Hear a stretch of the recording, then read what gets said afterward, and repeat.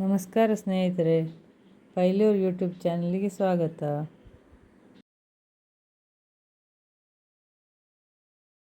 ಮಾವಿನ ಹಣ್ಣಿನಿಂದ ಇವತ್ತೊಂದು ಚಂಡ್ರು ಪುಳಿ ಅಂತ ಹೇಳಿ ಮಾಡ್ತೇವೆ. ಅದನ್ನು ಮಾಡೋದು ಹೇಗೆ ಅಂತ ನೋಡುವ. ಇದರಲ್ಲಿ ಕಾಡು ಮಾವಿದೆ, ನೆಕ್ಕರೆ ಇದೆ, ಹೀಗೆ ಬೇರೆ ಬೇರೆ ಮಾವಿನ ಹಣ್ಣು ಇದರಲ್ಲಿದೆ. ಇದನ್ನೆಲ್ಲ ಚೆನ್ನಾಗಿ ತೊಳ್ಕೊಳ್ಳುವ. ಈಗ ಮಾವಿನ ಹಣ್ಣನ್ನು ಚೆನ್ನಾಗಿ ತೊಳ್ಕೊಂಡಾಗಿದೆ. ಈಗ ಇದನ್ನು ಕೊರೆದುಕೊಳ್ಳುವ.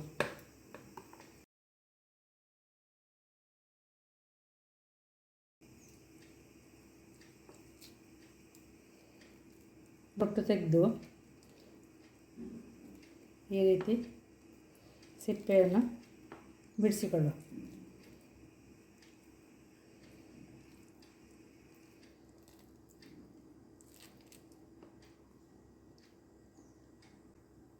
ಮಾವಿನ ಹಣ್ಣು ಹಾಳಾಗಿದ ಅಥವಾ ಹುಳಗಳೇನಾದರೂ ಇದೆಯಾ ಅಂತ ಚೆನ್ನಾಗಿ ಚೆಕ್ ಮಾಡಿಕೊಳ್ಳುವ.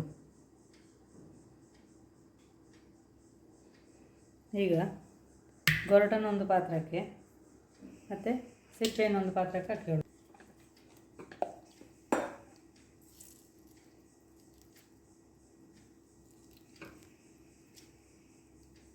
ಎತ್ತರದಿಂದ ಬೀಳುವಾಗ ಕಲ್ಲಿಗೆ ಮತ್ತು ಸಿಕ್ಕಿ ಸ್ವಲ್ಪ ಪೆಟ್ಟಾಗಿದಾಗೆ ಆಗ್ತದೆ ನೋಡಿ, ಜಜ್ಜಿದ ರೀತಿ ಆಗ್ತದೆ. ಅದನ್ನು ಒಳ್ಳೆಯದಿಲ್ಲ ಅಂತಾದರೆ ಆ ಭಾಗವನ್ನು ಕೂಡ ಈ ಥರ ಕಟ್ ಮಾಡಿ ತೆಗೆದುಕೊಳ್ಳುವ.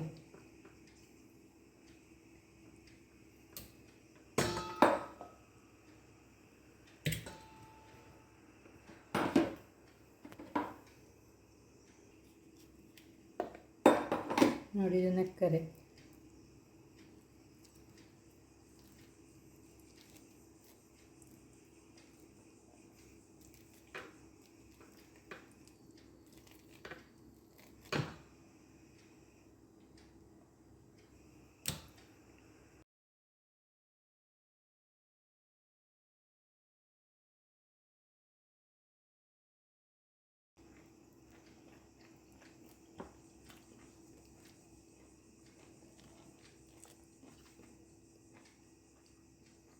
ನೋಡಿ, ಇದರ ಕಲರ್ ಎಷ್ಟು ಚೆಂದ ಉಂಟು ಅಂತ, ಕೇಸರಿಯಾಗಿದೆ. ಸ್ವಲ್ಪ ಸ್ವಲ್ಪ ಸಿಪ್ಪೆಗಳೆಲ್ಲ ತಿಂದೆ ಖಾಲಿ ಆಗ್ತಾ ಉಂಟು ನಮ್ಮಲ್ಲಿ. ನೋಡಿ, ಇಷ್ಟು ಗೊರಟು ಸಿಕ್ಕಿದೆ, ಸಿಪ್ಪೆ ಉಳಿದದಷ್ಟೇ. ನಾನು ಮತ್ತು ಮಗಳು ಸಿಪ್ಪೆಯನ್ನು ತಿಂದೆ ಸುಮಾರು ಕಾಲು ಮಾಡಿದ್ದೇವೆ. ನೋಡಿ, ಇಷ್ಟು ಗೊರಟು ಸಿಕ್ಕಿದೆ. ಈಗ ಇನ್ನಿದಕ್ಕೆ ಬೆಲ್ಲ ಹಾಕಿಕೊಳ್ಬೇಕು. ಅವರವರ ರುಚಿಯ ಅನುಸಾರವಾಗಿ ಬೆಲ್ಲ ಹಾಕಿಕೊಳ್ಳೋದು. ಮಾವಿನ ಹಣ್ಣು ತುಂಬ ಹುಳಿ ಇದ್ದರೆ ಸ್ವಲ್ಪ ಜಾಸ್ತಿ ಬೇಕು. ಹುಳಿ ಉಪ್ಪು ಖಾರ ಹದವಾಗಿದ್ದರೆ ರುಚಿಯಾಗೋದು. ನೋಡಿ, ಈಗ ಬೆಲ್ಲವನ್ನು ಈ ರೀತಿ ಕೆರೆಸಿ ಕೂಡ ಹಾಕಿಕೊಳ್ಳುವುದು. ನನಗೆ ಕೆರೆಸಿ ಹಾಕೋದಂದರೆ ಸ್ವಲ್ಪ ಕಷ್ಟದ ಕೆಲಸ. ಹುಡಿ ಬೆಲ್ಲ ಇದ್ದರೆ ಹುಡಿ ಬೆಲ್ಲವರು ಹಾಕಿಕೊಳ್ಬೋದು. ನಾನೀಗ ಈ ಅಚ್ಚು ಬೆಲ್ಲವನ್ನೇ ಈ ಥರ ಕಟ್ ಮಾಡಿ ಇಟ್ಟುಕೊಂಡಿರ್ತೇನೆ.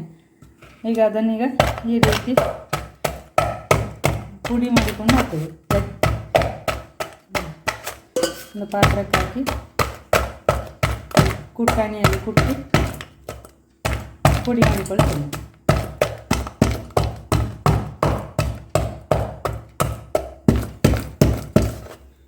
ನೋಡಿ, ಇಷ್ಟು ಪುಡಿ ಮಾಡಿಕೊಂಡ್ರೆ ಸಾಕು. ಇನ್ನೀಗ ಇದನ್ನು ನಾನು ನೋಡಿ ಇಷ್ಟು ಬೆಲ್ಲ ತಗೊಂಡಿದ್ದೇನೆ. ಇದನ್ನೀಗ ಈ ಗೊರಟಿನ ಪಾತ್ರಕ್ಕೆ ಹಾಕಿಕೊಳ್ಳುವುದು. ರುಚಿಗೆ ತಕ್ಕಷ್ಟು ಉಪ್ಪು ಕೂಡ ಹಾಕಿಕೊಂಡಿದ್ದೇನೆ. ನೋಡಿ, ಈಗ ಇದನ್ನೊಂದ್ಸಲ ಚೆನ್ನಾಗಿ ಮಿಕ್ಸ್ ಮಾಡಿಕೊಳ್ಳಬೇಕು. ಸೌಟಿಂದ ಮಿಕ್ಸ್ ಮಾಡೋ ಬದಲು ಹೀಗೆ ಕೈಯಲ್ಲಿ ಸ್ವಲ್ಪ ಗಿವುಚಿದ ಹಾಗೆ ಮಾಡಿ ಮಿಕ್ಸ್ ಮಾಡಿಕೊಂಡ್ರೆ ಒಳ್ಳೆಯದು. ಈ ಬೆಲ್ಲ ಆಮೇಲೆ ಹಾಕಿಕೊಳ್ಬೋದು, ಆದರೆ ಈ ಥರ ಮಾಡಿಕೊಂಡ್ರೆ ಅದರಲ್ಲಿ ಗೊರಟಿನ ಹುಳಿ ಅಂಶ ಎಲ್ಲ ಇದ್ದರೆ ಜಾಸ್ತಿ ಇದ್ದರೆ ಅದಕ್ಕೆ ಸೆಟ್ಟಾಗಲಿಕ್ಕೆ ಒಳ್ಳೆಯದಾಗ್ತದೆ. ಈ ರೀತಿ ಮಾಡಿ ಕಿವುಚಿದಾಗೆ ಮಾಡಿ ಮಿಕ್ಸ್ ಮಾಡಿಕೊಳ್ಳಬೇಕು.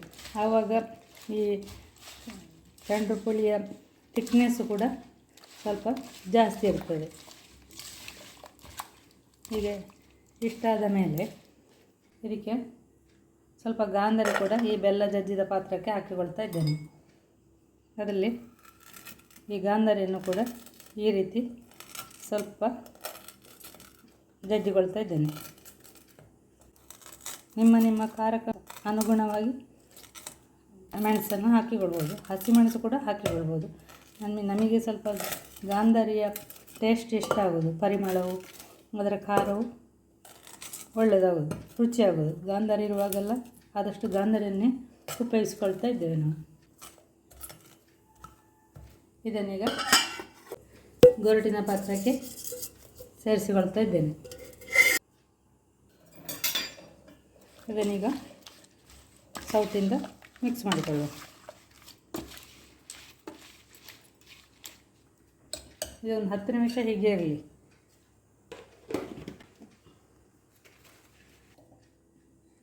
ಈಗ ಈ ಸಿಪ್ಪೆ ಉಂಟಲ್ಲ, ಅದನ್ನೀಗ ಇದಕ್ಕೆ ಸ್ವಲ್ಪ ನೀರು ಹಾಕಿ ಗಿವುಚಲಿಕ್ಕೆ ಉಂಟು. ಈಗ ಅದನ್ನು ನೀರು ಹಾಕಬೇಕಾದ್ರೆ ಮೊದಲೇ ಸ್ವಲ್ಪ ಕೈಯಲ್ಲೇ ಗಿವುಚಿಕೊಳ್ಳುವ.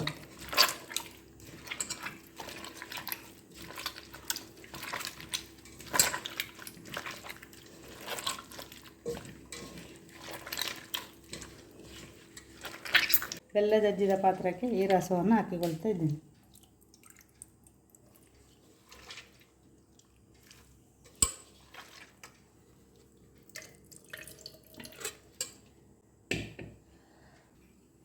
ಇನ್ನೀಗೆ ಇದಕ್ಕೆ ಸ್ವಲ್ಪ ನೀರು ಹಾಕಿ ಪುನಃ ಕಿವುಚಿಕೊಳ್ಳುವ. ಆದಷ್ಟು ಆ ಸಿಪ್ಪೆಯಲ್ಲಿರುವ ಗೂಳದ ಅಂಶ ಬಿಟ್ಟುಕೊಳ್ಳಿ, ಅಷ್ಟು ಸಾಧ್ಯ ಆದಷ್ಟು ಕಿವುಚಿಕೊಂಡ್ರೆ ಆಯಿತು.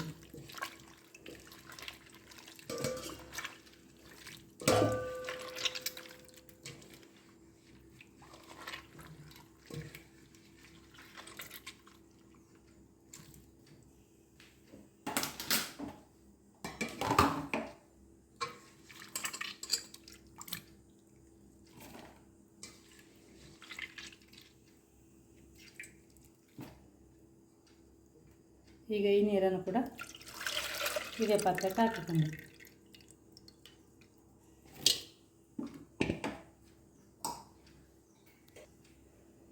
ಇನ್ನೊಂದು ಸ್ವಲ್ಪ ನೀರು ಹಾಕಿ ಕಿವುಚಿಕೊಳ್ತಾ ಇದ್ದೇನೆ. ನಿಮಗೆ ಚಂಡ್ರ ಪುಳಿ ದಪ್ಪ ಬೇಕು ಅಂತಾದರೆ ಕಡಿಮೆ ನೀರು ಹಾಕಿಕೊಳ್ಳಿ, ಇಲ್ಲಾಂದರೆ ಸ್ವಲ್ಪ ಸಾರಿನ ರೀತಿ ಊಟ ಮಾಡೋದಾದರೆ ಸ್ವಲ್ಪ ಜಾಸ್ತಿ ನೀರು ಹಾಕಿಕೊಂಡ್ರೆ ಆಯಿತು. ಈ ಬೇಸಿಗೆಯಲ್ಲಿ ಬೇಯಿಸಿ ಸಾರು ಮಾಡೋದಕ್ಕಿಂತ ಈ ರೀತಿಯ ಸಾರು ರುಚಿಕರವಾಗಿರ್ತದೆ, ತಂಪಾಗಿರ್ತದೆ.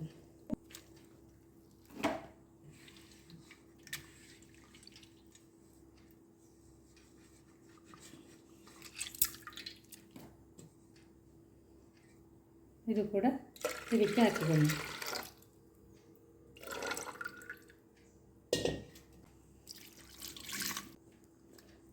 ಒಂದು ಬಾರಿ ಸ್ವಲ್ಪ ನೀರು ಹಾಕಿ ತೆಗೆದು ಇಟ್ಟುಕೊಳ್ಳುವ.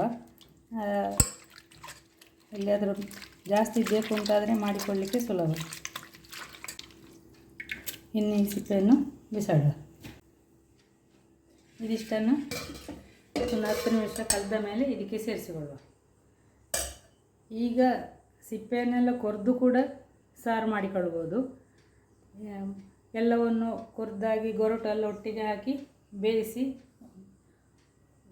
ಈಗ ಯಾವ ಇಂಗ್ರೀಡಿಯೆಂಟ್ಸ್ ನಿಮಗೆಲ್ಲ ಮೆಣಸಿನ ಹುಡಿ ಬೇಕು ಹಾಗೆ ಆ ರೀತಿ ಆದರೆ ಆ ರೀತಿ ಹಾಕಿಕೊಂಡು ಬೇಯಿಸಿಕೊಳ್ಬೋದು. ನಮಗೀಗ ಈ ರೀತಿ ಮಾಡುವ ಗೊಜ್ಜಿ ನಮಗೆ ಈ ಬೇಸಿಗೆಗಾಲದಲ್ಲಿ ಇಷ್ಟ ಆಗೋದು. ಇದೊಂದು 10 ನಿಮಿಷ ಕಳೆದ ಮೇಲೆ ಇದನ್ನು ಸೇರಿಸಿಕೊಳ್ಳುವ. ನೋಡಿ, ಈಗೆಲ್ಲ ಬೆಲ್ಲೆಲ್ಲ ಕರಗಿದೆ. ಇನ್ನೀಗ ಇದಕ್ಕೆ ಇದನ್ನು ಆಗ ಸಿಪ್ಪೆಯಿಂದ ಗಿವುಚಿದಂಥ ರಸವನ್ನು ಇದಕ್ಕೆ ಹಾಕ್ಕೊಳ್ಳುವ.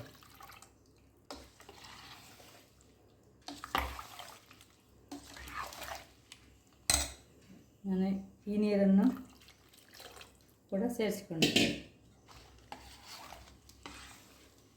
ಈಗ ಇದಕ್ಕೆ ಒಂದು ಒಗ್ಗರಣೆ ಕೊಡುವ.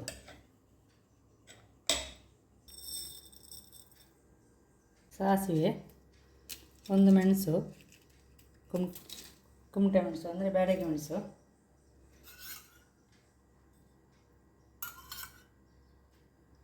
ಎಣ್ಣೆ,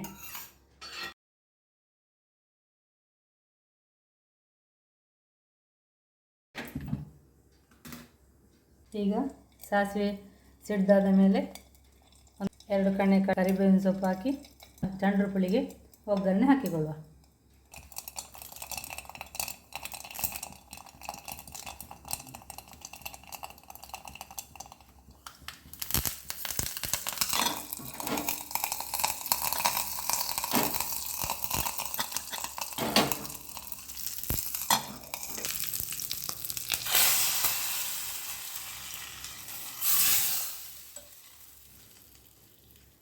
ಚಂಡ್ರು ಪುಳಿ ರೆಡಿ. ಮಾವಿನ ಹಣ್ಣಿನ ಸೀಸನಲ್ಲಿ ಮಾವಿನ ಹಣ್ಣಿನ ಚಂಡ್ರು ಪುಳಿ ಮಾಡಿ ಊಟ ಮಾಡೋದೇ ಒಂದು ರುಚಿ, ಬೇರೆ ಏನೂ ಊಟಕ್ಕೆ ಬೇಕಾಗೋದಿಲ್ಲ. ಇದು ಮತ್ತು ಅನ್ನ ಇದ್ದರೆ ಹೊಟ್ಟೆ ತುಂಬ ಊಟ. ನೋಡಿ, ಇದು ಕಾಡು ಮಾವು. ಈಗ ನಮ್ಮ ಸಂಬಂಧಿಕರೊಬ್ಬರು ಕೊಟ್ಟದ್ದು, ನಮಗೆ ತುಂಬ ಕೊಟ್ಟಿದ್ದರು. ಅದರಲ್ಲಿ ಸ್ವಲ್ಪವನ್ನು ಚಂಡ್ರು ಪುಳಿ ಮಾಡಿದೆ ಮತ್ತು ಉಳಿದದನ್ನು ಈ ರೀತಿ ಒಮ್ಮೆಲೆಲ್ಲ ಚಂಡ್ರು ಪುಳಿ ಮಾಡಿದರೆ ಮುಗಿಲಿಕ್ಕಿಲ್ಲ ಅಂಥೇಳಿ ಇದನ್ನೀಗ ಫ್ರಿಜ್ಜಲ್ಲಿ ಶೇಖರಿಸಿಡೋದು ಹೇಗೆ ಅಂತ ನೋಡುವ. ಹಾಗೆ ಫ್ರಿಜ್ಜಲ್ಲಿ ಶೇಖರಿಸಿಡ್ತಾ ಇದ್ದೇನೆ. ಒಂದು 10 ದಿವಸ ಬಿಟ್ಟು ಮಾಡ್ಬೋದು, ಅಲ್ಲ ಸ್ವಲ್ಪ ದಿವಸ ಕಳೆದಾದರೂ ಮಾಡ್ಬೋದು. ಫ್ರಿಜ್ಜಲ್ಲಿ ಇಡೋದು ಹೇಗೆ ಅಂತೇಳಿ ತೋರಿಸ್ಕೊಡ್ತಾ ಇದ್ದೇನೆ. ಹೀಗೆ ಚೆನ್ನಾಗಿ ತೊಳೆದಾದ ಮೇಲೆ ಈ ರೀತಿಯಾಗಿ ಸಿಪ್ಪೆಯಿಂದ ಬೇರ್ಪಡಿಸಿಕೊಳ್ಬೇಕು. ಇದನ್ನೀಗ ಏರ್ ಟೈಟ್ ಕಂಟೈನರಲ್ಲಿ ಹಾಕಿಡ್ತಾ ಇದ್ದೇನೆ. ಸಿಪ್ಪೆ ಬೇರೆ ಮತ್ತು ಗೊರಟು ಬೇರೆ ಬಾಟಲ್ಗಳಲ್ಲಿ ಹಾಕಿಡ್ತಾ ಇದ್ದೇನೆ. ಇದನ್ನು ಬೇಯಿಸಿ ಕೂಡ ಇಟ್ಟುಕೊಳ್ಬೋದು. ನಮಗೆ ಹಸಿಗೊಜ್ಜು ಇಷ್ಟ ಆದ ಕಾರಣ ಈ ರೀತಿಯಾಗಿ ಸಪ್ರೇಟ್ ಮಾಡಿಕೊಳ್ತಾ ಇದ್ದೇನೆ. ನೋಡಿ, ಹುಳ ಎಲ್ಲ ಇಲ್ಲದನ್ನು ನೋಡಿ, ಚೆನ್ನಾಗಿರೋದನ್ನು ನೋಡಿ ಈ ರೀತಿ ತೆಗೆದಿಟ್ಟುಕೊಳ್ಬೇಕು. ನಮ್ಮಲ್ಲಿ ಸೋಲಾರು ಇನ್ವರ್ಟರ್ ಇರುವ ಕಾರಣ ಆಲ್ಮೋಸ್ಟು ಕರೆಂಟು ಇದ್ದೇ ಇರ್ತದೆ. ಗುಡುಗು ಬರುವಾಗ ಮಾತ್ರ ನಾವು ಆಫ್ ಮಾಡುವ ಕಾರಣ ಅದು ಕೆಲವೇ ಗಂಟೆ ಮಾತ್ರ ಆಫ್ ಆಗಿರ್ತದೆ ಅಷ್ಟೇ. ಹಾಗಾಗಿ ಆ ಟೈಮಲ್ಲಿ ತೊಂದರೆ ಆಗೋದಿಲ್ಲ. ಯಾಕಂತ ಹೇಳಿದರೆ ಫ್ರಿಜ್ಜಲ್ಲಿ ಇದು ಒಮ್ಮೆ ಇಟ್ಟ ಮೇಲೆ ಇದು ಗಟ್ಟಿಯಾಗಿರ್ತದಲ್ಲ, ಆದ ಕಾರಣ ಸಮಸ್ಯೆ ಬರೋದಿಲ್ಲ. ಆಗಾಗ ಕರೆಂಟು ಹೋಗುವಂಥ ತುಂಬ ಹೊತ್ತುಗಳ ಕಾಲ ಕರೆಂಟೆಲ್ಲ ಇಲ್ಲದಿದ್ದರೆ ಈ ರೀತಿ ತೆಗೆದಿಟ್ಟರೆ ಹಾಳಾಗ್ಬೋದು. ನಾವಿದಕ್ಕೆ ಯಾವುದೇ ಪ್ರಿಸರ್ವೇಟಿವ್ ಆಗಲಿ ಉಪ್ಪಾಗಲಿ ಎಂಥ ಕೂಡ ಹಾಕಿಕೊಳ್ಳೋದಿಲ್ಲ, ಖಾಲಿ ಮಾವಿನ ಹಣ್ಣು ಮಾತ್ರ. ಈಗ ಈ ರೀತಿ ಎಲ್ಲವನ್ನು ಮಾಡಿ ಕಂಟೈನರಲ್ಲಿ ಹಾಕಿಡ್ತಾ ಇದ್ದೇನೆ. ನಿಮ್ಮ ಅನುಕೂಲದ ರೀತಿಯಲ್ಲಿ ಉಪಯೋಗಿಸ್ಕೊಳ್ಬೋದು. ನಿಮ್ಮ ಅನುಕೂಲದ ಬಾಟಲ್ಗಳಲ್ಲಿ ಹಾಕಿಟ್ಟುಕೊಳ್ಬೋದು. ಏರ್ ಟೈಟ್ ಕಂಟೈನರ್ ಆದರೆ ಒಳ್ಳೆಯದು, ಇಲ್ಲಾಂದರೆ ಫ್ರಿಜ್ ಪೂರ ಮಾವಿನ ಹಣ್ಣಿನ ಪರಿಮಳ ಬರ್ಬೋದು. ನಮ್ಮ ಚಾನಲಲ್ಲಿ ಶೇಖರಿಸಿಟ್ಟ ಮಾವಿನ ಹಣ್ಣಿದು ಮಾಡಿದ ರೆಸಿಪಿಯನ್ನು ಹಾಕಿದ್ದೇವೆ. ಅದರಲ್ಲಿ ಸಿಪ್ಪೆ ಇರಲಿಲ್ಲ, ಸಿಪ್ಪೆನೆಲ್ಲ ತಿಂದೆ ಮುಗಿಸಿದ್ದೇವೆ ನಾವು. ನಮಗೆ ಕಾಡು ಮಾವಿನ ಹಣ್ಣಿದು ನೆಕ್ಕರಿದೆಲ್ಲ ಸಿಪ್ಪೆ ಭಾಳ ಇಷ್ಟ ಆಗೋದು. ಸಿಪ್ಪೆಯನ್ನೆಲ್ಲ ತಿಂದೇ ಖಾಲಿ ಮಾಡಿದೆವು.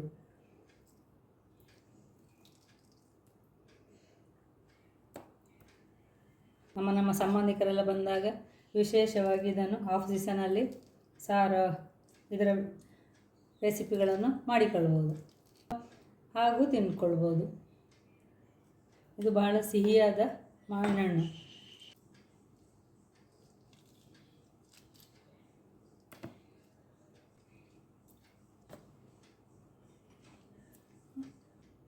ಎಲ್ಲ ಕ್ಲೀನ್ ಮಾಡಿ ಸಪ್ರೇಟ್ ಮಾಡಿ ಆಗಿದೆ. ಇನ್ನಿದನ್ನು ಮುಚ್ಚಳ ಮುಚ್ಚಿ ಫ್ರೀಝರಲ್ಲಿ ಇಟ್ಟುಕೊಂಡ್ರೆ ಆಯಿತು.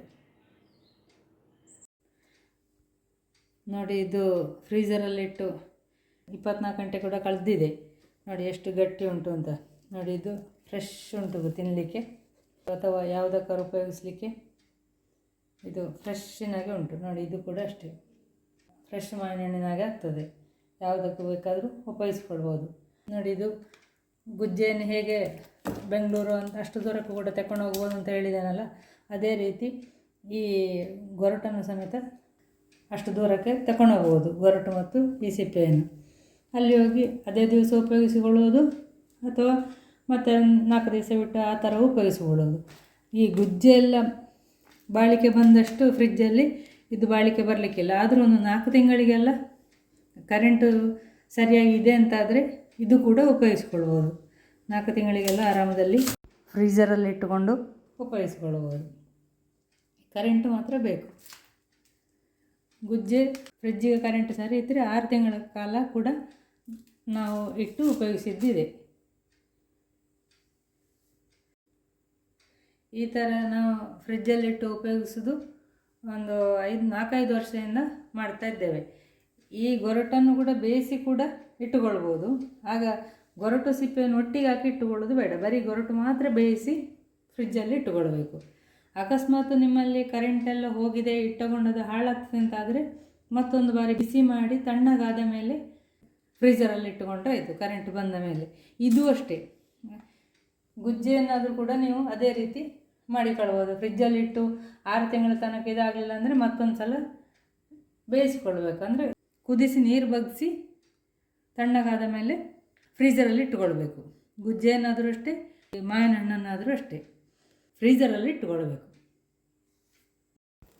ಆಗಾಗ ಫ್ರಿಜ್ಜಿಗೆ ಕರೆಂಟು ಹೋಗ್ತಾ ಉಂಟು ಅಂತಾದರೆ ಈ ಫ್ರೀಝರಲ್ಲಿ ಇಟ್ಟುಕೊಂಡ ಈ ಐಟಮ್ಗಳು ಹಾಳಾಗ್ಬೋದು.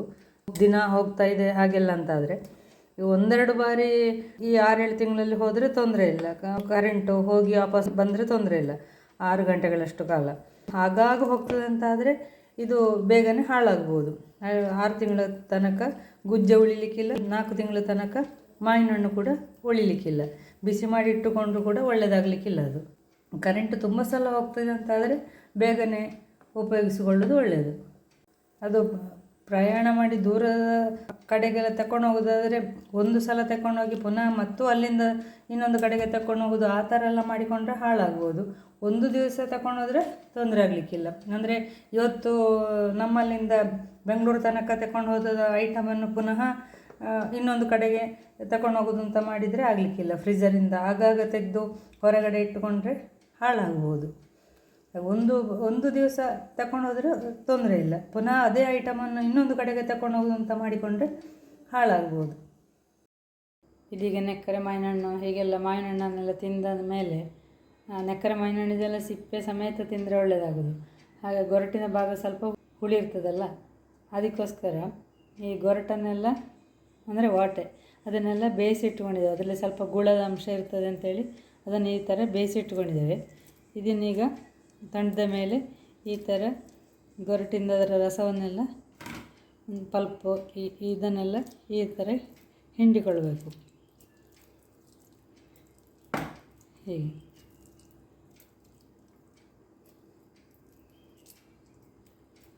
ಇದು ಇನ್ನೊಮ್ಮೆಗೆ ಫ್ರೀಝರಲ್ಲಿ ಕೂಡ ತೆಗೆದಿಟ್ಟುಕೊಳ್ಬೋದು ಅಥವಾ ಈ ಪಲ್ಪಿಂದ ಕೂಡ ಸಾರು ಮಾಡಿಕೊಳ್ಬೋದು. ಜ್ಯೂಸು ಮಾಡ್ಬೋದು, ಸಾರು ಮಾಡ್ಬೋದು. ಇದೇ ರೀತಿ ಎಲ್ಲ ಗೊರಟಿಂದ ಹೀಗೆ ಪಲ್ಪನ್ನು ತಗೊಳ್ತಾ ಇದ್ದೇನೆ.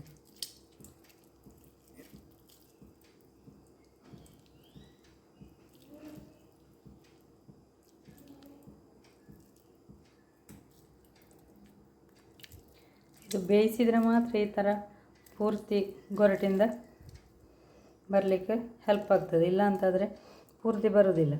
ಅದಕ್ಕೋಸ್ಕರ ಗೊರಟನ್ನು ಒಂದು ಸಲ ಸ್ವಲ್ಪ ನೀರು ಹಾಕಿ ಬೇಯಿಸ್ಕೊಂಡಿದ್ದೇನೆ. ಒಂದು 1/4 ಗ್ಲಾಸು ನೀರು ಹಾಕಿ ಬೇಯಿಸ್ಕೊಂಡಿದ್ದೇನೆ.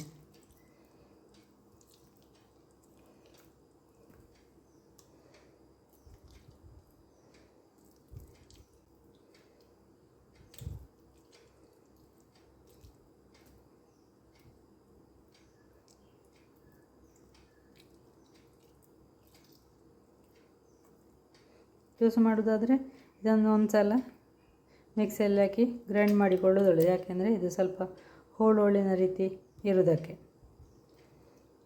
ಅದಾಗ್ಬೋದು ಅಂತಂದರೆ ಹಾಗೂ ಯೂಸ್ ಮಾಡಿಕೊಳ್ಬೋದು. ಎಲ್ಲ ಗೊರಟಿಂದ ಇದೇ ರೀತಿ ರಸವನ್ನೆಲ್ಲ ತೆಗೆದಾಗಿದೆ. ಇನ್ನು ಇದನ್ನು ಏರ್ಟೈಟ್ ಕಂಟೈನರಲ್ಲಿ ಹಾಕಿ ಫ್ರೀಝರಲ್ಲಿ ಇಟ್ಟುಕೊಳ್ಳುವುದು, ಇಲ್ಲಾಂದರೆ ಆವಾಗಲೇ ಸಾರು ಕೂಡ ಮಾಡಿಕೊಳ್ಳುವುದು. ಆಮೇಲೆಯೂ ಸಾರು ಮಾಡುವುದು, ಜ್ಯೂಸ್ ಮಾಡುವುದು, ಜಾಮು ಕೂಡ ಮಾಡಿಕೊಳ್ಳುವುದು. ಇದರಲ್ಲಿ ಐಸ್ ಕ್ಯಾಂಡಿ ಕೂಡ ಮಾಡಿ ಯೂಸ್ ಮಾಡಿಕೊಳ್ಳುವುದು. ಇದರಿಂದ ಮಾಂಬಳ ಕೂಡ ಮಾಡಿಕೊಳ್ಳುವುದು. ಈ ಗೊರಟನ್ನು ಬೇಯಿಸಿ ಮಾಡೋದರಿಂದ ಅದನ್ನ ಪಲ್ಪೆಲ್ಲ ತೆಗಿಲಿಕ್ಕೆ ಸುಲಭ ಆಗ್ತದೆ. ಮಾಂಬಳ ಮಾಡಿದವರು ಕೂಡ ಮೊದಲಿನ ಕಾಲದಲ್ಲಿ ಮಾಡಿದಾಗೆ ಕಡಿಯೋ ಕಲ್ಲಲ್ಲಿ ಗುದ್ದಿಯೆಲ್ಲ ಮಾಡೋದಕ್ಕಿಂತ ಈ ರೀತಿ ಪಲ್ಪ್ ಮಾಡಿ ಇಟ್ಟುಕೊಂಡದನ್ನು ಮಾಂಬಳ ಕೂಡ ಮಾಡಿಕೊಳ್ಳುವುದು. ನೋಡಿ, ಇದನ್ನೀಗ ಡೈರೆಕ್ಟಾಗಿ ಹಾಳಾಗಿ ಹಾಕಿಕೊಳ್ತಾ ಇದ್ದೇನೆ. ಈಗ ಸ್ವಲ್ಪ ಸ್ವಲ್ಪ ಇರುವವರು ಕೂಡ ಸ್ಟೀಲ್ ಬಟ್ಲಿಗೆ ಕೂಡ ಹಾಕಿಕೊಳ್ಬೋದು, ಇಲ್ಲ ಅಂತಾದರೆ ಹೀಗೆ ಹಾಳೆ ಪ್ಲೇಟಿಗಾದರೂ ಹಾಕಿಕೊಳ್ಬೋದು. ಇದು ಈ ಒಂದು ಸಲ ಬೇಯಿಸಿದ ಕಾರಣ ಪಕ್ಕನೆ ಮೋಡೆಲ್ಲ ಆದರೆ ಇದು ಬಿಸಿಲಿಲ್ಲ ಅಂತಾದರೂ ಕೂಡ ಹಳಸು ವಾಸನೆ ಬರೋದಿಲ್ಲ. ಆದ ಕಾರಣ ಈ ರೀತಿ ನಾನು ಮಾಡೋದಾಗಿ ಗೊರಟನ್ನು ಎಲ್ಲ ಒಂದು ಸಲ ಬೇಯಿಸಿ ಅದನ್ನು ಕಿವುಚಿ ಆಮೇಲೆ ಬಿಸಿಲಿಗೆ ಹಾಕಿಕೊಳ್ಳುವುದು.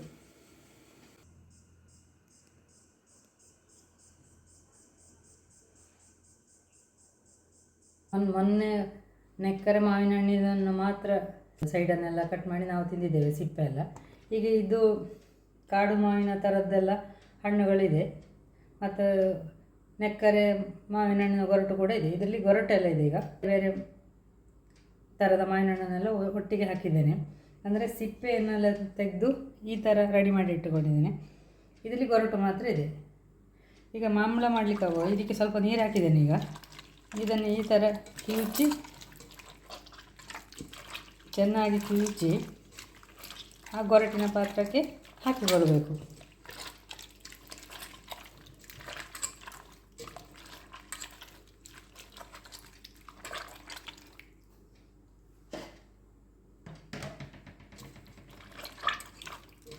ಇದನ್ನೀಗ ಈ ಪಾತ್ರಕ್ಕೆ ಸೇರಿಸಿಕೊಳ್ಬೇಕು.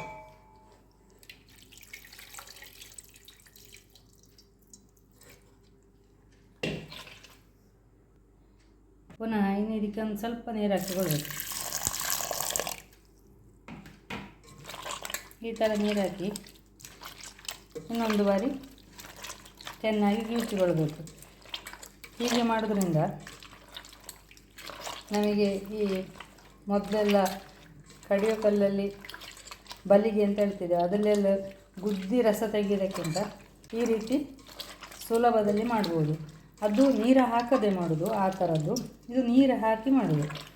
ಈಗ ನೀರು ಹಾಕಿ ಹೀಗೆ ಮಾಡೋದ್ರಿಂದ ಇದರ ರಸದ ಸ್ವಲ್ಪ ತೆಳ್ಳಗೆ ಅಂತ ಅನಿಸ್ಬೋದು ನಮಗೆ ಮಾಡುವಾಗ. ಈಗ ಇದನ್ನು ಕೂಡ ಇದಕ್ಕೆ ಹಾಕಿಕೊಳ್ತಾ ಇದ್ದೇನೆ. ಈಗ 2 ಬಾರಿ ಸಿಪ್ಪೆಗೆ ನೀರು ಹಾಕಿ ಕಿವುಚಿ ಈ ಗೊರಟಿನ ಪಾತ್ರಕ್ಕೆ ಸೇರಿಸಿಕೊಂಡಿದ್ದೇನೆ. ಇದನ್ನು ಇನ್ನೀಗ ಚೆನ್ನಾಗಿ ಕುದಿಸಿಕೊಳ್ಳುವ. ನಾಳೆ ಬೆಳಗ್ಗೆ ತಣ್ಣಗಾಗ್ತದೆ ಅದು. ಇದನ್ನು ಈಗ ಒಲೆಯಲ್ಲಿಟ್ಟು ಕಾಯಿಸಿಕೊಳ್ಳುವ.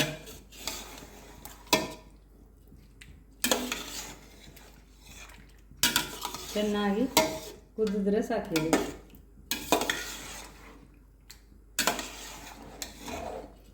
ಆವಾಗ ಎಂತಾಗ್ತದೆ ಅಂದರೆ ನಾವು ಕಡಿಯೋ ಕಲ್ಲಿನಲ್ಲಿ ಹಾಕಿ ಇದನ್ನು ಕಡಿಯುವುದು ಅಥವಾ ಗುದ್ದಿಕೊಳ್ಳುವುದಾದರೆ ನಮಗೆ ಶ್ರಮವೂ ಜಾಸ್ತಿ, ಮತ್ತು ಪುನಃ ಹಿಂಡಬೇಕು. ಇದನ್ನೆಂತ ಮಾಡ್ತೇನೆ ಅಂದರೆ ನಾನು ಹೀಗೆ ಬೇಯಿಸಿಕೊಂಡ್ರೆ ನಾಳೆ ಇದನ್ನು ಈ ಗೊರಟಿನಿಂದ ಹಿಂಡ್ಲಿಕೊಳ್ಳಿಕ್ಕೆ ಸುಲಭ ಆಗ್ತದೆ.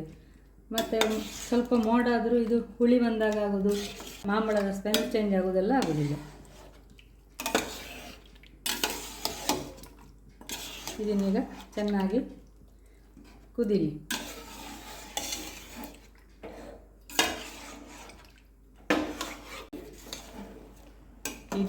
ಹೀಗೆ ಇದನ್ನು ಮಿಕ್ಸ್ ಮಾಡ್ತಾ ಇರಬೇಕಿಲ್ಲ ಅಂದರೆ ತಳ ಹಿಡಿಯೋ ಸಾಧ್ಯತೆ ಇದೆ. ನೋಡಿ, ಇದೀಗ ಕುದಿಲಿಕ್ಕೆ ಸ್ಟಾರ್ಟ್ ಆಯ್ತು ನೋಡಿ. ಇದು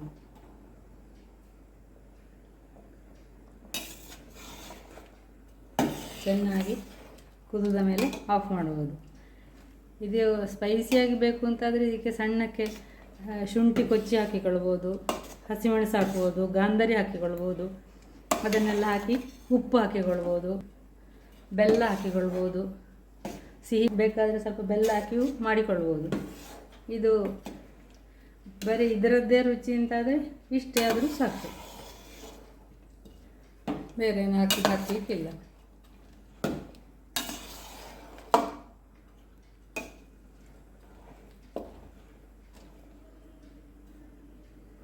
ನೋಡಿ ಇದೀಗ ಚೆನ್ನಾಗಿ ಕುದಿಲಿಕ್ಕೆ ಸ್ಟಾರ್ಟ್ ಆಯಿತು.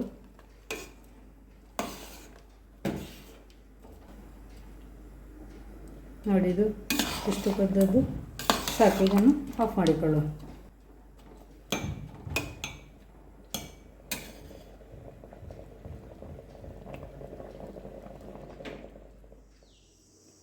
ಇದೀಗ ಮಾರನೇ ದಿನ ಬೆಳಿಗ್ಗೆ ಇದ್ದು ನಿನ್ನೆ ರಾತ್ರಿ ಇದನ್ನು ಗೊರಟನ್ನೆಲ್ಲ ಕುದಿಸಿ ಅಂದರೆ ಬೇಯಿಸಿ ಇಟ್ಟುಕೊಂಡದ್ದು.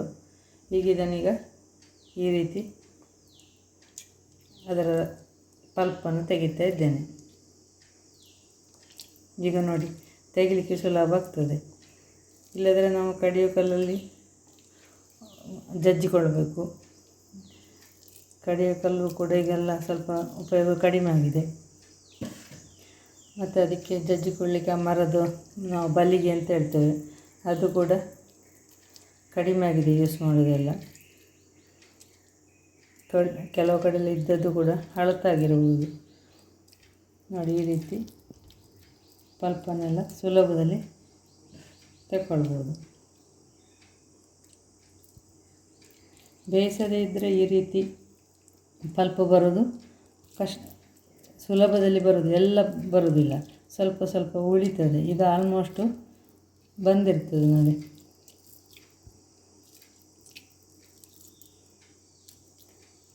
ಹಸಿಯಲ್ಲಿ ಗೊರಟಿನಲ್ಲಿ ಸ್ವಲ್ಪ ಉಳಿತದೆ, ಇದರಲ್ಲಿ ಉಳಿದು ಕಡಿಮೆ.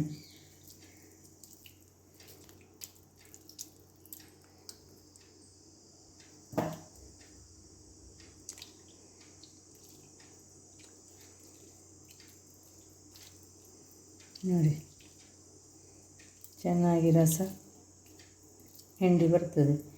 ಈ ಪಲ್ಪನ್ನು ಫ್ರಿಜ್ಜಲ್ಲಿ ಕೂಡ ಫ್ರೀಝರಲ್ಲಿ ಇಟ್ಟುಕೊಳ್ಬೋದು. ಬೇಕಾದಾಗ ಸಾರು, ಜ್ಯೂಸ್ ಎಲ್ಲ ಆ ಥರವೂ ಮಾಡಿಕೊಳ್ಬೋದು. ಇಲ್ಲ ಬೇಸಿಗೆಯಲ್ಲಿ ಬಿಸಿಲುಂಟು ಅಂತಾದರೆ ಈ ರೀತಿ ಮಾಂಬಳ ಕೂಡ ಮಾಡಿಕೊಳ್ಬೋದು.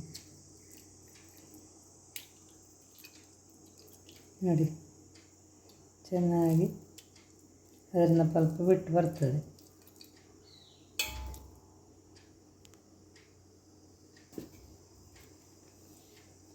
ಇನ್ನೆಲ್ಲವನ್ನು ಇದೇ ರೀತಿ ಪಲ್ಪು ತೆಗೆದುಕೊಳ್ತೇನೆ.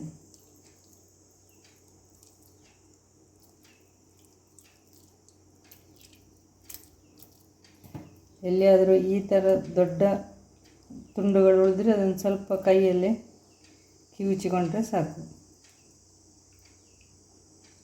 ಎಲ್ಲವನ್ನು ಗೊರಟನ್ನು ಕೂಡ ಈ ರೀತಿ ಕಿವುಚಿಕೊಂಡಿದ್ದೇನೆ. ನೋಡಿ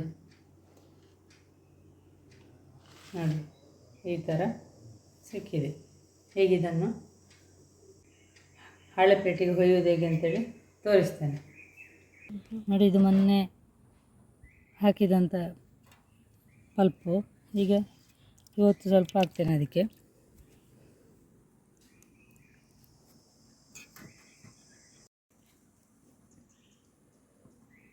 ನೋಡಿ ಸ್ವಲ್ಪ ಅದಕ್ಕೆ ಹಾಕಿದೆ. ಇನ್ನು ಉಳಿದದನ್ನು ಈ ಹಳೆ ಪ್ಲೇಟಿಗೆ ಹಾಕಿಕೊಳ್ತಾ ಇದ್ದೇನೆ. ಇದೀಗ ಬಿಸಿಲಲ್ಲಿ ಚೆನ್ನಾಗಿ ಒಣಗಲಿ.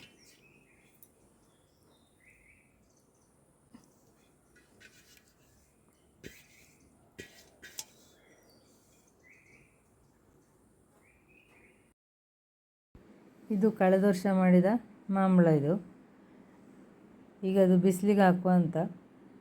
ಇದು ತಡಪೆ ನೋಡಿ, ಇದು ಗೆರಸೆ ಅಂತ ಹೇಳ್ತಾರೆ. ತಡಪೆಯಲ್ಲಿ ಕಾಟನ್ ಬಟ್ಟೆ ಹಾಕಿ ಮಾಂಬಳ ಇದ್ದದ್ದು ನೋಡಿ, ಈ ರೀತಿ ಬಂದಿದೆ ಇದು. ನೋಡಿ ಇಷ್ಟು ದಪ್ಪಕ್ಕೆ ಕಳೆದ ವರ್ಷ ಮಾವಿನ ಹಣ್ಣು ಸಿಕ್ಕಿತ್ತು, ಆದ ಕಾರಣ ಇಷ್ಟು ದಪ್ಪಕ್ಕೆ ಹೊಯ್ಲಿಕ್ಕೆ ಆಗಿತ್ತು ಅದು. ಹಾಗೆ ಅದು ಇನ್ನೂ ಕೂಡ ಚೆನ್ನಾಗಿದೆ ಈ ವರ್ಷ ಕೂಡ. ಹಾಗೆ ಒಂದು ಸಲ ಬಿಸಿಲಿಗೆ ಹಾಕಿ ಹಾಳಾಗದಂತೆ ಇದನ್ನೀಗ ಬಿಸಿಲಿಗೆ ಹಾಕೋದು. ಒಂದು ದಿವಸದ ಬಿಸಿಲಲ್ಲಿ ಒಣಗಿಸಿ ತೆಗೆದಿಟ್ಟುಕೊಳ್ಳೋದು. ಮತ್ತು ಮಳೆಗಾಲವ ಯಾವಾಗ ಬೇಕಂದಾಗ ತಿನ್ನಲಿಕ್ಕೆ ಒಳ್ಳೆಯದು ಅಂತ ತಡಪೆಯಲ್ಲಿ ಹಾಕಿ ಬಿಸಿಲಿಗೆ ಇಡ್ತೇವೆ.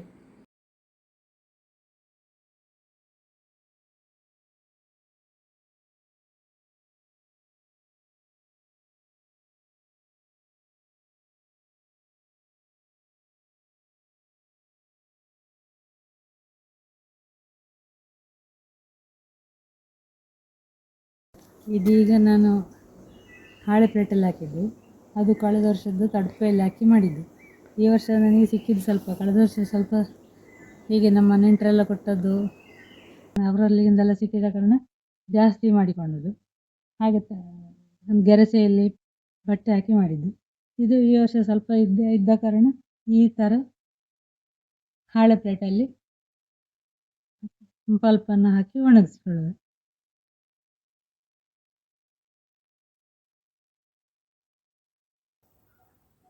ಎರಡನೇ ದಿವಸ ಇಷ್ಟು ಒಣಗಿದೆ. ಇದು ಇನ್ನೂ ಕೂಡ ಒಣಗಲಿಲ್ಲ, ಇನ್ನೊಂದು 3-4 ದಿವಸ ಬಿಸಿಲೆಲ್ಲ ಬೇಕಾದೀತು.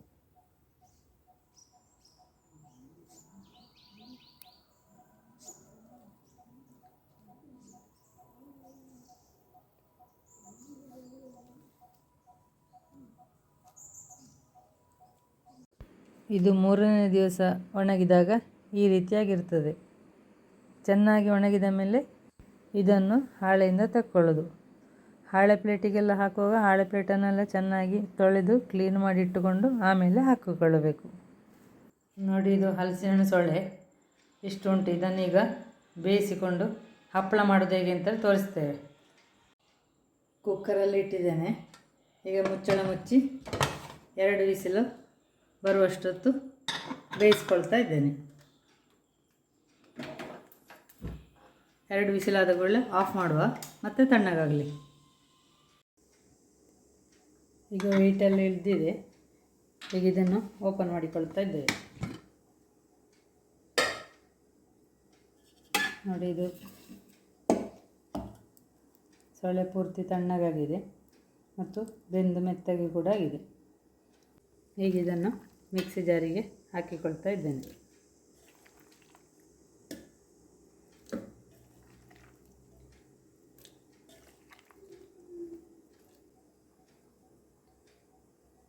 ಸೊಳ್ಳೆ ಸ್ವಲ್ಪ ಇರುವ ಕಾರಣ ಎಲ್ಲವನ್ನು ಮಿಕ್ಸಿ ಜಾರಿಗೆ ಹಾಕಿಕೊಂಡಿದ್ದೇನೆ. ಈಗ ಒಂದು ಸ್ವಲ್ಪ ಉಪ್ಪು, ತುಂಬ ಬೇಡ, ಸ್ವಲ್ಪ ಸಾಕು.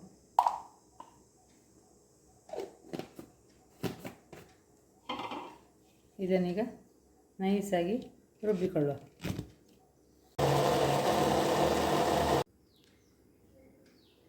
ನೋಡಿ, ಇದು ನೈಸಾಗಿ ರುಬ್ಬಿಕೊಂಡಾಗಿದೆ. ಈಗ ಈ ಪಾತ್ರಕ್ಕೆ ಹಾಕಿಕೊಳ್ತಾ ಇದ್ದೇನೆ. ನೀರು ಹಾಕದೆ ಗಟ್ಟಿಯಾಗಿ ರುಬ್ಬಿಕೊಳ್ಬೇಕು.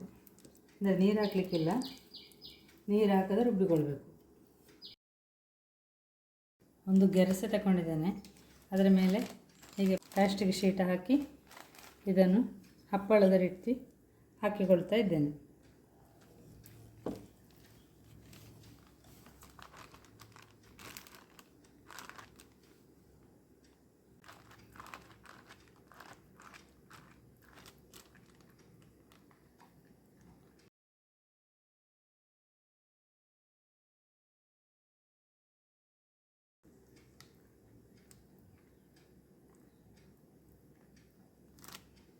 ನೋಡಿ, ಈ ರೀತಿಯಾಗಿ ಹಾಕಿಕೊಳ್ಬೇಕು.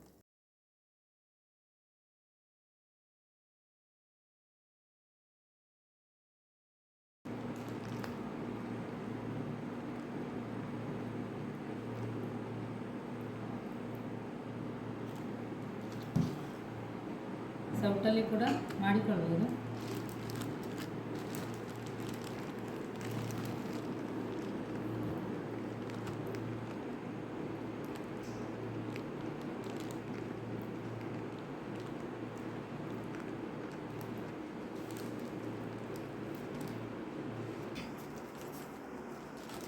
ಹೆಚ್ಚು ಸೈಡಲ್ಲಿ ಉಳಿದಂಥ ಪ್ಲಾಸ್ಟಿಕ್ಕನ್ನು ಈ ರೀತಿ ಕವರ್ ಮಾಡಿಕೊಳ್ಳೋದು ಒಳ್ಳೆಯದು. ಇಲ್ಲಾಂತಂದರೆ ಗಾಳಿ ಬರುವಾಗ ಅದರ ಒಳಗಡೆ ಹೋಗಿ ಹಪ್ಪಳಕ್ಕೆ ಅಂಟಿಕೊಳ್ಬೋದು.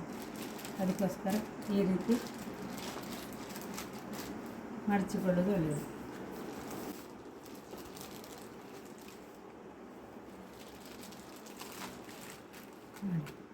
ಹೀಗೆ ಇದನ್ನು ಬಿಸಿಲಲ್ಲಿಟ್ಟು ಒಣಗಿಸ್ಕೊಳ್ಳುವ. ನೋಡಿ, ಇದೀಗ 2ನೇ ದಿವಸ. ನೋಡಿ, ಎಳಕಲಿಕ್ಕೆ ಬರ್ತದೆ ನೋಡಿ, ಇದು ಬೆಳಿಗ್ಗೆ.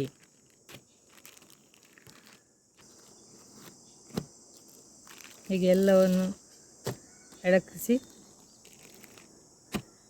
ಹೀಗೆ ತಿರುಗಿಸಿ ಹಾಕಿಕೊಳ್ಬೇಕು.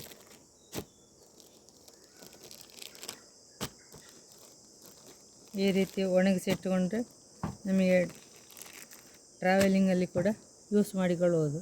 ಎಣ್ಣೆಯಲ್ಲಿ ಕರಿಯೋದಾಗಲಿ ಕೆಂಡದಲ್ಲಿ ಸುಡೋದು ಆ ರೀತಿ ಯಾವುದೂ ಇಲ್ಲ. ಡೈರೆಕ್ಟಾಗಿ ತಿಂದುಕೊಳ್ಬೋದು. ಕರೆಕ್ಟ್ ಟೈಮಿಗೆ ಫುಡ್ಡು ಸಿಗದೆ ಶುಗರ್ ಡೌನ್ ಆಗೋದು ಅಂಥವರಿಗೂ ಕೂಡ ಇದು ತುಂಬ ಹೆಲ್ಪ್ ಆಗ್ತದೆ. ನೋಡಿ, ಇದೀಗ 4ನೇ ದಿವಸದ ಬಿಸಿಲಲ್ಲಿ ಒಣಗಿ ಈ ರೀತಿ ಆಯಿತು ನೋಡಿ. ಎಲ್ಲ ಈ ರೀತಿ ಬರ್ತದೆ.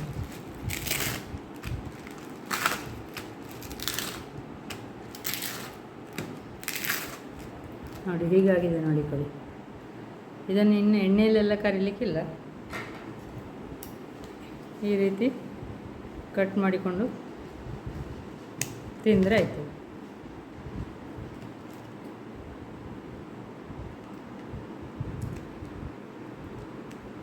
ಒಂದು ಬಾಕ್ಸಲ್ಲಿ ಹಾಕಿ ಇಟ್ಟುಕೊಂಡ್ರೆ ಜರ್ನಿಯಲ್ಲಿ ಕೂಡ ತಿಂದುಕೊಳ್ಬೋದು.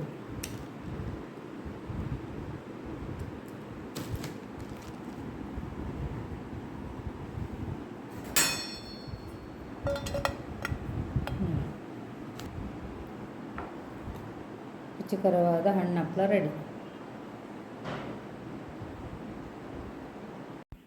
ವಿಡಿಯೋ ನೋಡಿದ್ದಕ್ಕಾಗಿ ಧನ್ಯವಾದಗಳು.